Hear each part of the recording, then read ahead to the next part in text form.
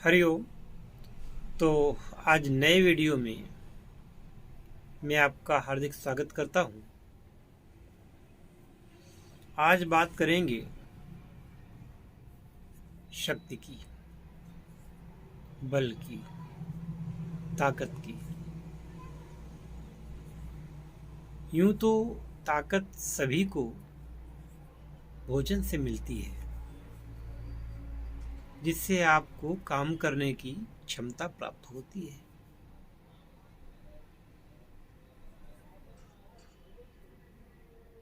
इस ताकत को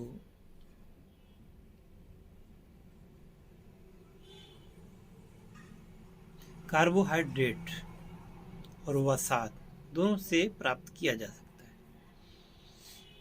ऐसा मान लीजिए जैसे किसी डीजल इंजन में डीजल फ्यूल के रूप में इस्तेमाल होता है, इसी प्रकार से शरीर में भी वसा के और कार्बोहाइड्रेट के विघटन से एनर्जी प्राप्त होती है, शक्ति प्राप्त होती है।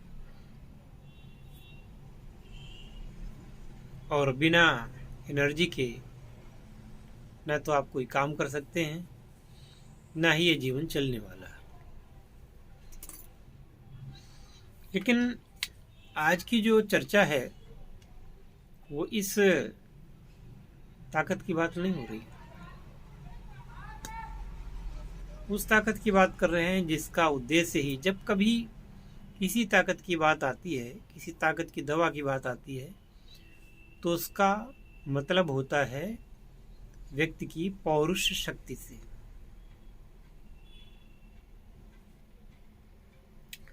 व्यक्ति की पौरुष शक्ति कैसी होनी चाहिए? पौरुष का तात्पर्य व्यक्ति की मर्दानगी, यानी स्त्री के साथ अच्छे पल गुजारने की शक्ति,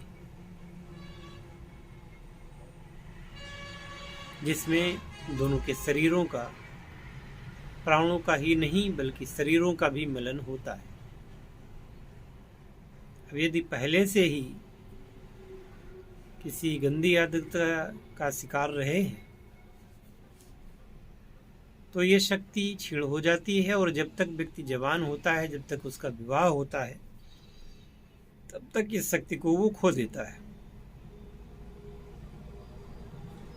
अत्यधिक हस्त मैथुन के द्वारा या अत्यधिक मैथुन के द्वारा भी व्यक्ति की धातुएं क्षीण होने लग जाती हैं, और उन क्षीण धातुओं से फिर कृशकाय शरीर प्राप्त होता है, जो ना तो काम कर सकता है, ना ही फिर वो किसी और के लायक रहता है।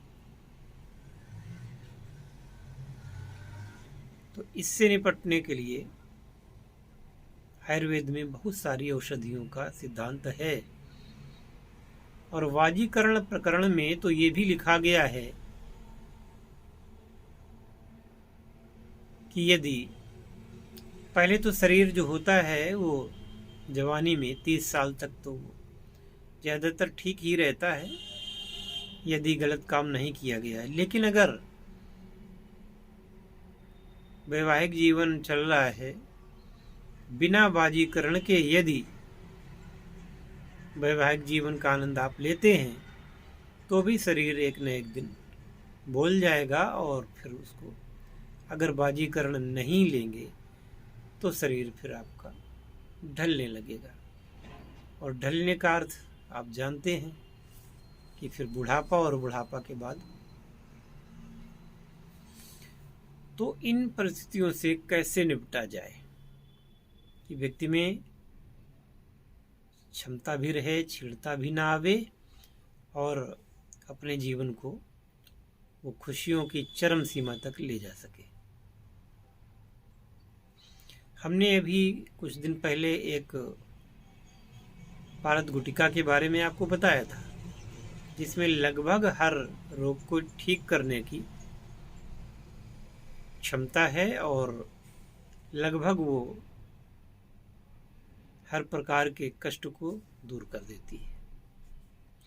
शरीर के लगभग सारे रोगों को ठीक करने के उपरांत वो गुटिका व्यक्ति में बाजीकरण भी देती है। हालांकि उसको गले में पहनने से भी अतीब लाभ होता है, परंतु यदि उसका भावित दूध उसका सेवन किया जाए सुबह शाम अत्युत्तम लाभ प्रदान करती है। और यदि उस गुटिका को मुख में धारण किया जाए तो वह अत्यंत बाजीकारक होती है। जब तक वो गुटिका मुख में रहेगी तब तक व्यक्ति का पतन नहीं हो सकता।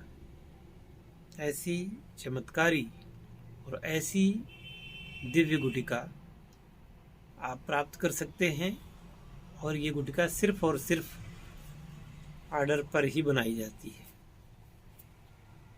इसमें समय भी काफ़ी लगता है और इसमें मेहनत भी लगती है। तो सज्जन लोग जान लें कि अगर इसको प्राप्त करना है तो एक ठीक ठाक उसकी कीमत लगेगी, क्योंकि बहुत सारा उसमें खर्च आता है। उस खर्च को करने की क्षमता आप में होनी चाहिए। इसके अलावा जैसे पौष्टिक पदार्थ हैं,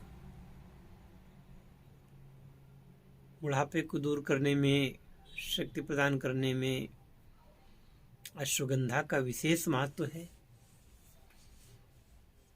कभी चर्चा होगी कि उसके अलावा भी और क्या क्या ये काम करती है बूटी। इसके अलावा कौच का बीज है, जो कि जब शुद्ध किया जाएगा तभी वो खाने योग्य होता है, वरना तो वो जहर होता है। इसे केवांच के बीज भी कहते हैं। एक शालभ मिश्री होती है जिसे लोग सालम पंजा बोल देते हैं। एक सतावरी होती है, सफेद मूसली होती है, खेरटी होती है, अतबला, बला, नागबला। ये कुछ ऐसी दवाइयां हैं जिनके अगर उचित सम्मिश्रण के द्वारा बाजीकरण गुटिका या बाजीकरण चूर्ण बनाया जाए तो ये अत्युत्तम लाभकारी होती है। हालांकि अतिशयोक्ति के रूप में शास्त्रों में ऐसा वर्णन है कि इनके प्रयोग से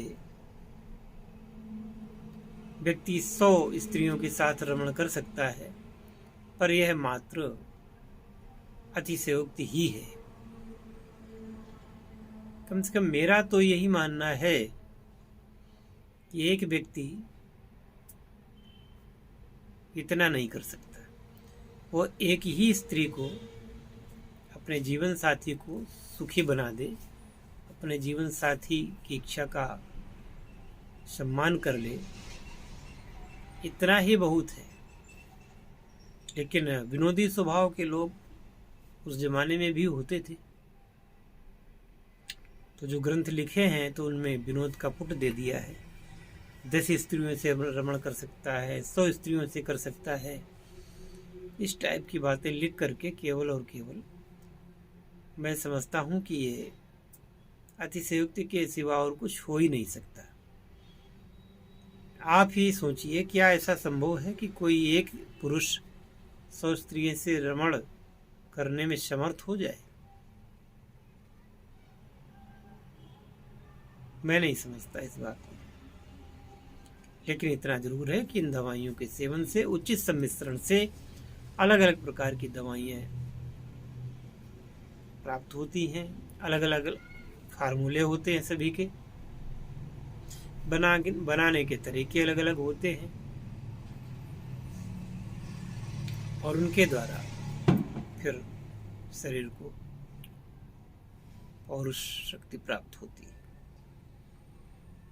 आशा है कि मेरे द्वारा दी गई इस छोटी सी जानकारी से आप लाभ उठाएंगे। हाँ, इतना बता दें आपको कि जो पारद गुटिका होती है वो एक बार बन गई तो फिर वर्षों तक काम देती है, हो सकता है पूरी जिंदगी भी काम दे। तो वो एक बार बन गई तो वो तो फिर आपको हमेशा काम ही देगी। और दवाइयाँ तो खाने पर खर्च हो जाती, ख़त्म हो जाती, लेकिन ये दवा बहुत दिन चलती है।